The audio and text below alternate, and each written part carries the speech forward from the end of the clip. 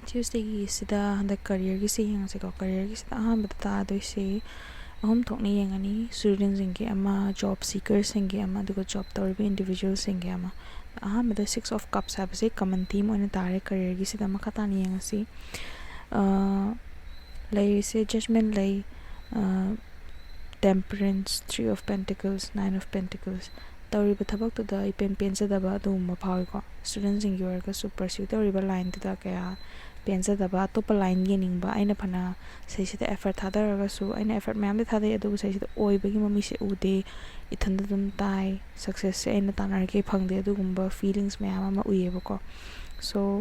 patience layo sine ba ko high patience layo aduga soidana phangani si same thing job seekers sing the su amasung job toriba individuals sing the su same message se tae bako hojiki oina phajana patience se yamna darkar tae ha bako patience yaw taba yamna ngai ngam daba tawraga di nungai ba phangada ba ina nangge thadaru bo effort mayam dugi mahei do chawa phangoi phangdana tokani ha bako duni tae se job ki matang da makhatana ki financial area da kamai leke have the September tasida the chariot have a tare because the chariot have a liang mangam da ba have never commonly some khangna ba ko adubu makhatana in depth ani ki makan da paisa se lakh pagi di we estimam ure ba mitsena uraga su changak pradi changak te ko aduduna paisa ki khan bata da khar di ware du mi ngon da haidok da ai jen da se paisa ware khotli kaina jo haidok da ko aduduna mi ngon da haidok da du na mina let's say mi amana ngasi di ahum za jen tra da to sa da se party am to jen horok paganda ba episode te khote na hai bu ngam da bu mi ngon da sum uthok ning da bagi awaba do dugumba khara ui aduduna wa ba se khar di war ni option ma'am ले रंबदो option से ma'am ले ये ना पैसा की नहीं को है से पैसा हम साजा मंगे option से मैम ले ये ना लाइट हो इंगा तो option जिंग ना खुद ही नाम थोकी बना लोग हान बाय तारे दुनिया तारे से पैसा हम साइम तांग खर दे वाह बगी मोंग से लाई September था से देखो last ता कोई की कनो से ले रहा love life की देखो love life kita tarisi yang si ani thokni yang ani ko single ma duga committed relationship te laiba singe ma single singe ani yang si common oina tabadi king of pentacles have sa tare bako king of pentacles sida leise yamna stable oina laiba hamne aduba single sing tarisina the fool, 2 of swords, the tower aduga 4 of rods okay single sing hairi sanda ki ta sida mi anoba machang pa anoba pursue ma toba hairi bako hana dagi hana leirama mi ama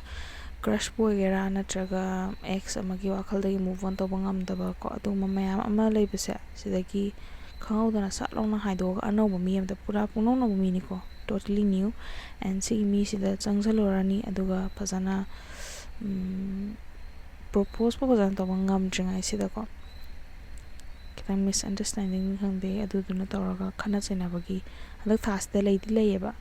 adubu wa bagi mathau ta de kai kino habada khana raga suko ko da khana da badu di leite just 4 of rods union amuka de lakti lakhine banda ki tha manung sitanga tani ko drama khara di thokani single singi life ta aduni tar se and now let's see for okay gi committed relationship de leiba singi hai tare committed relationship ki singina tarisi 6 of swords, queen of swords thang yam tare khana jana ba khar lai ko